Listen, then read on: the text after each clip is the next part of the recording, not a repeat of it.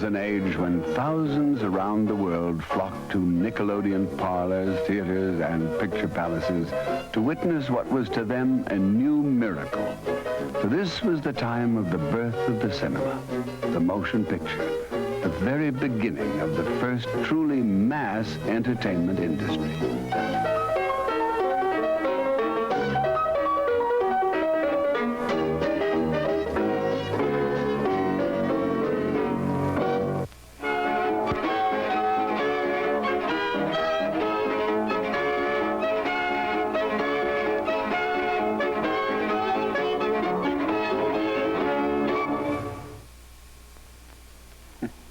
You know, when the movies were really young at the turn of the century, producers soon caught on to the public's love for the adventure film. For then, as today, moviegoers often cared very little for the world they already knew. And, well, for a few pennies or nickels or sous, they could be transported to the lands of intrepid heroes and beautiful, courageous heroines, evil scoundrels and villains, and so on.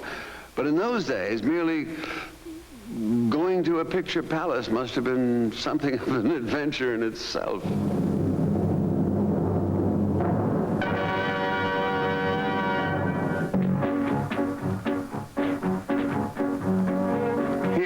Images of anything that moved seemed exciting, and audiences, for the most part, saw scenes of everyday life. These topical views, as they were called, filmed between 1895 and 1899, seemed a wonder then. You could take a ride on Paris's new overhead railway, spend a day at London's Hampstead Fair, or see the latest fad, a ladies' formation cycling team. No one much thought of making such images dramatic, although there is talk of when audiences saw Louis Lumiere's shot of a train arriving at Nice Station, they fled from their seats for fear of being run down.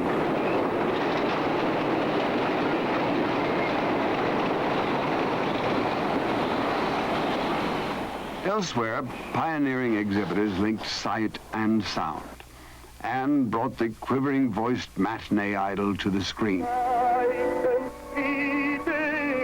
But it was nearly all experiment and enterprise, with, apart from a few exceptions, precious little art.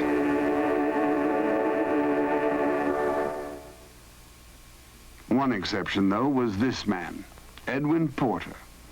Porter worked for the amazing American inventor Thomas Edison, and in 1902 directed Life of an American Fireman.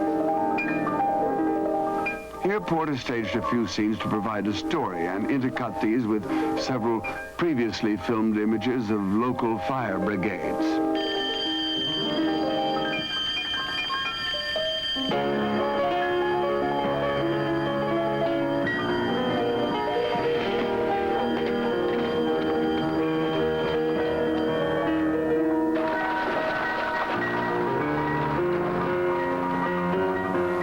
Result had great dramatic effect, for in this modest little movie, Porter creatively used cross-cutting, the film technique that condenses space, time, and drama. Even today, this juxtapositioning of images forms the base for all film storytelling.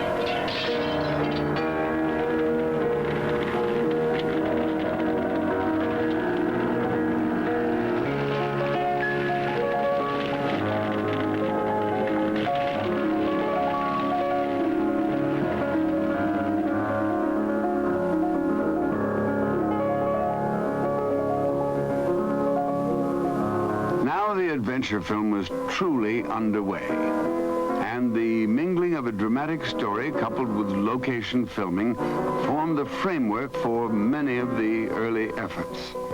In New York, the newly rising huge office blocks provide the backdrop for this film from the Young Biograph Company titled Skyscrapers of New York.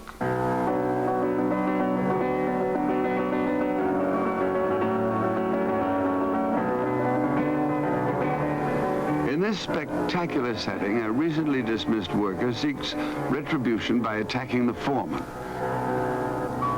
All prior to the inevitable girder-clinging rescue.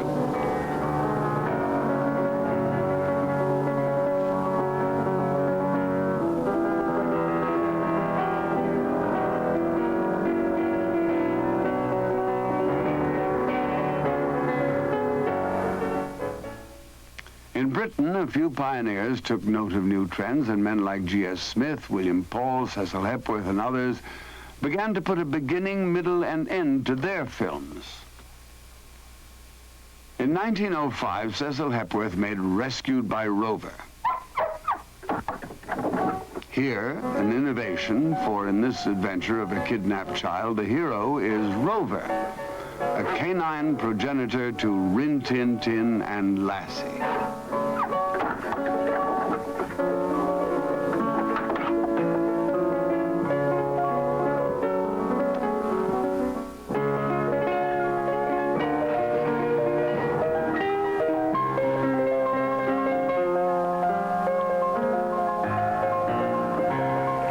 Discovers the whereabouts of the child and brings father to where the girl is held captive by a drunken beggar woman.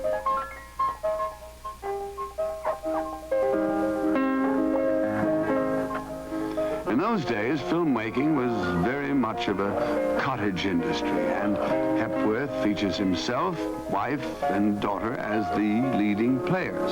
And not forgetting Rover, the hero and family dog.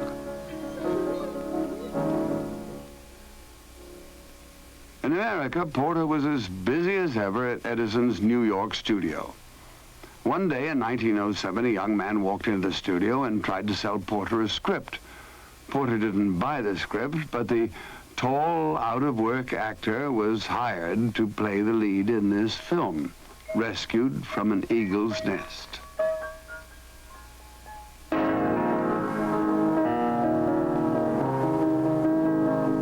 The film relates the incredible story of a child being kidnapped by an enormous eagle.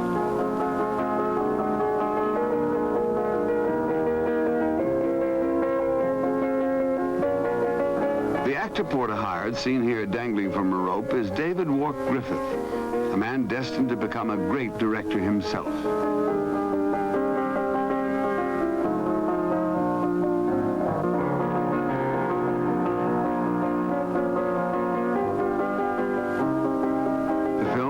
Is one of the best adventure films of the time. It is one of cinema's twists of fate that Porter, who invented film narrative, introduced to the movies someone who is destined to transform that very narrative into a powerful art. And such was the pace of progress that Porter eventually fell under Griffith's shadow.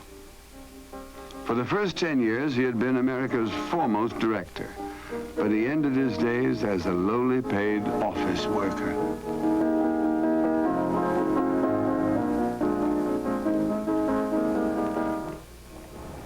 The world of 1910, and one in which a new type of film was launched that revolutionized the industry and created a regular audience. They called it the serial craze. Here, an age in which adventure stories, whether those of H.G. Wells or Buffalo Bill, thrilled many a reader.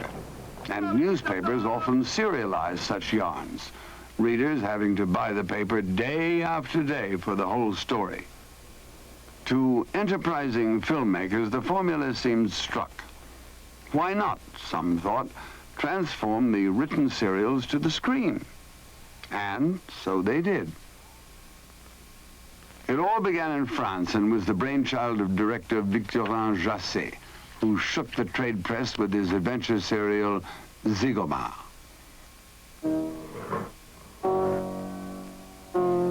Zygomar, on the left there, is an arch-villain, and all the serials feature the constant battle of wits between him and Sûreté Chief Paul Broquet.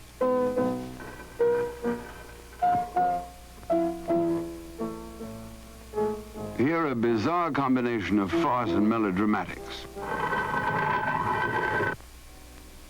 yet all this failed to amuse some. Jasset had 2 of his later films banned, the French police thinking little of seeing the anarchistic ziggomark constantly getting away with it. The serial craze soon crossed the channel, and Britain, snug amidst its imperial wealth, lionized the military hero, the darling of the age being this man, Lieutenant Daring. Here a sequence from the Plans for the Minefields made in 1912. Daring stumbles across 2 spies who are posing as artist and model. But for once, he is given the slip, and the spies speed away on the Continental Express with Daring undaunted in hot pursuit.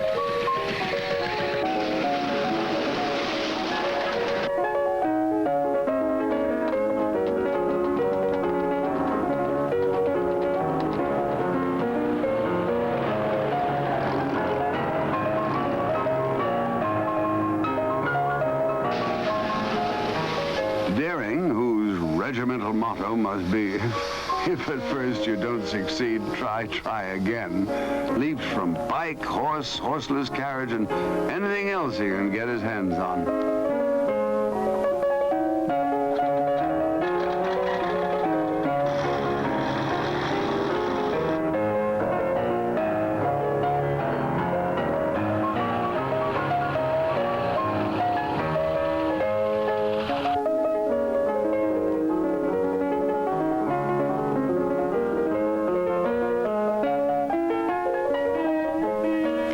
Arrives too late for the ferry, but like the stayer he is, soldiers on.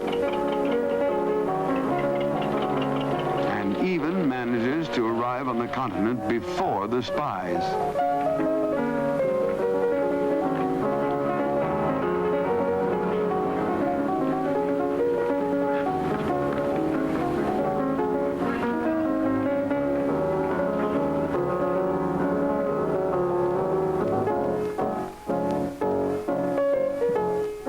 The police are tipped off.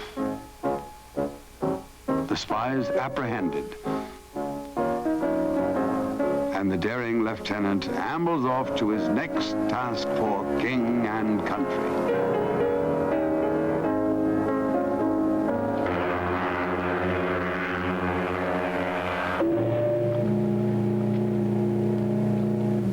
Across the Atlantic, the craze was also gathering steam. But here, a difference. For the heroes had turned into heroines. The first great American success was Mary Fuller, who starred in the What Happened to Mary serials. They began life in 1912 and were followed a year later by the Hazards of Helen, which featured Helen Holmes, an expert at grappling with hurtling locomotives. Here a sequence from Helen's Sacrifice. Helen works for the railroad as a night operator. A nice-sounding job for such a fresh-faced girl.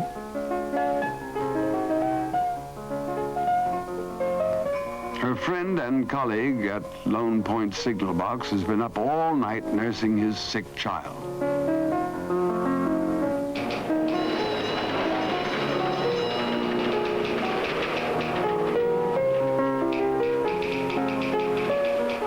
At work, exhausted, he falls asleep, misses an important signal, and lets the train through. Back on duty, Helen soon discovers the error, and now the typical serial suspense builds up. Can she stop the impending collision? I'll give you one guess, and you won't have to come back next week.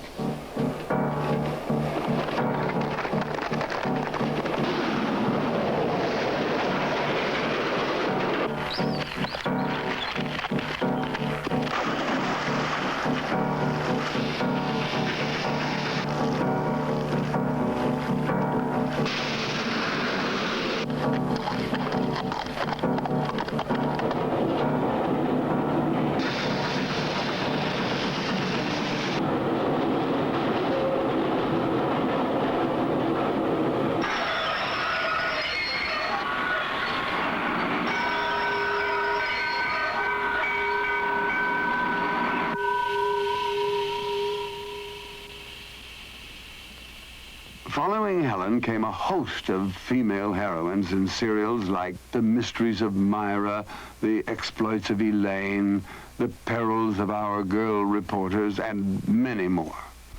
But then came the girl who was to become the undoubted queen of the serials.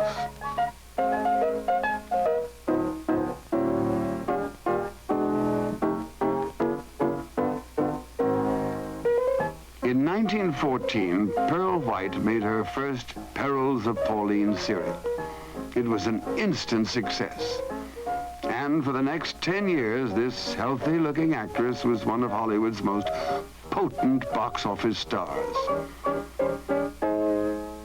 Pearl Pole's people ran the gaudy publicity, and she certainly did.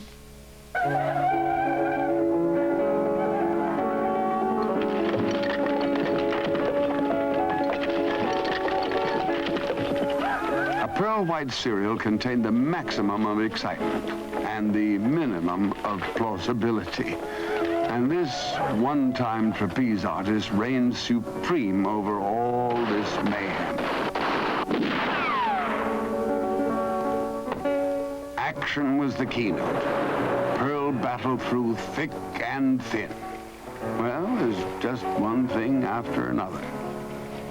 The serials had titles like The Tragic Plunge Through Air and Fire, The Deadly Turning, The Floating Coffin, and they were so loved that entire families would book their seats weeks in advance for their Saturday afternoon picture going. All this made movie acting a perilous profession, and most top performers did their own stunts. The peak of all this villainy and heroism was the year 1916.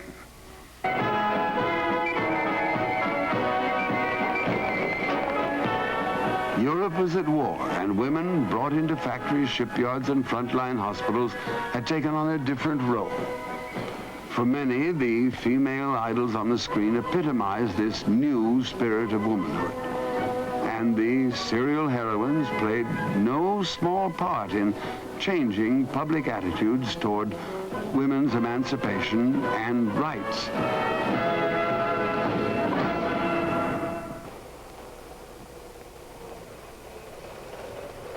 From France, during the early war years, came two serials that proved to be immensely popular. The first, made in 1914, featured a comic book hero called Fantomas. Fantomas is a villain who lives in constant disguise, and throughout the 2-year run of the serials, his identity was never revealed to the cinema public. In this sequence, he goes to a fancy dress ball intent on a jewel robbery. At the ball, however, are the local gendarmerie, hot on Fantomas' tail.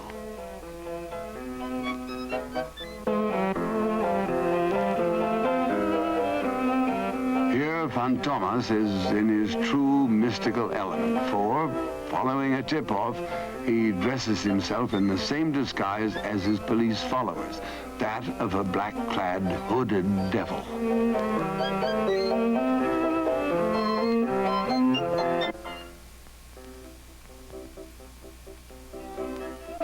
The ensuing action weaves a spider's web of murder and intrigue.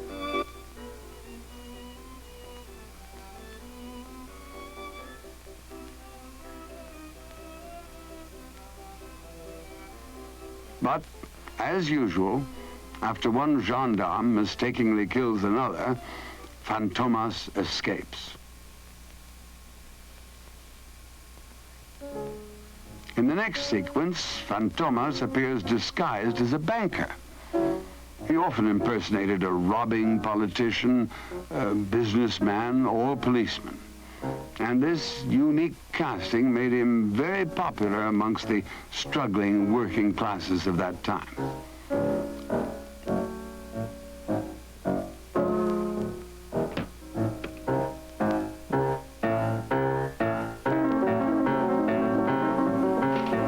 Fantomas was highly successful, yet his film creator, Louis Feuillade, brought a conventional hero to the screen with his next serial. His name, Judex. Judex, unlike Fantomas, is a do-gooder. a solemn precursor to Batman and the Lone Ranger. He lives in the rocky Chateau Rouge, where, with his faithful assistant, he waits to combat any villain.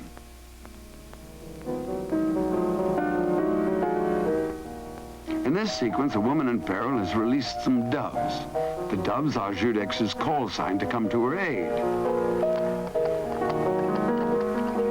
And he gallops off, complete with accompanying hounds, to the rescue.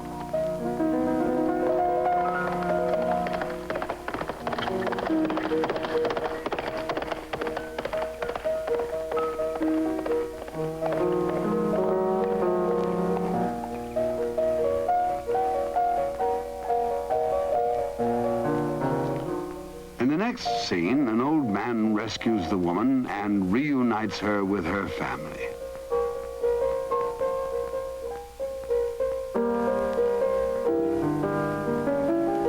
But once alone, this old man reveals himself as Judex. Here too, another master of disguise.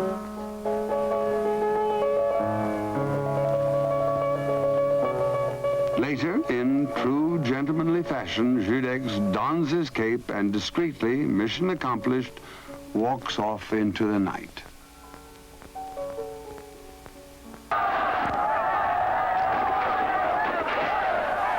In Italy, in 1916, their most prominent director, Giovanni Pastrone, made Maciste Alpine. This adventurous wartime romp is based on the Herculean exploits of a genial giant called Maciste. Here a young lady is in distress, held captive by two wicked generals.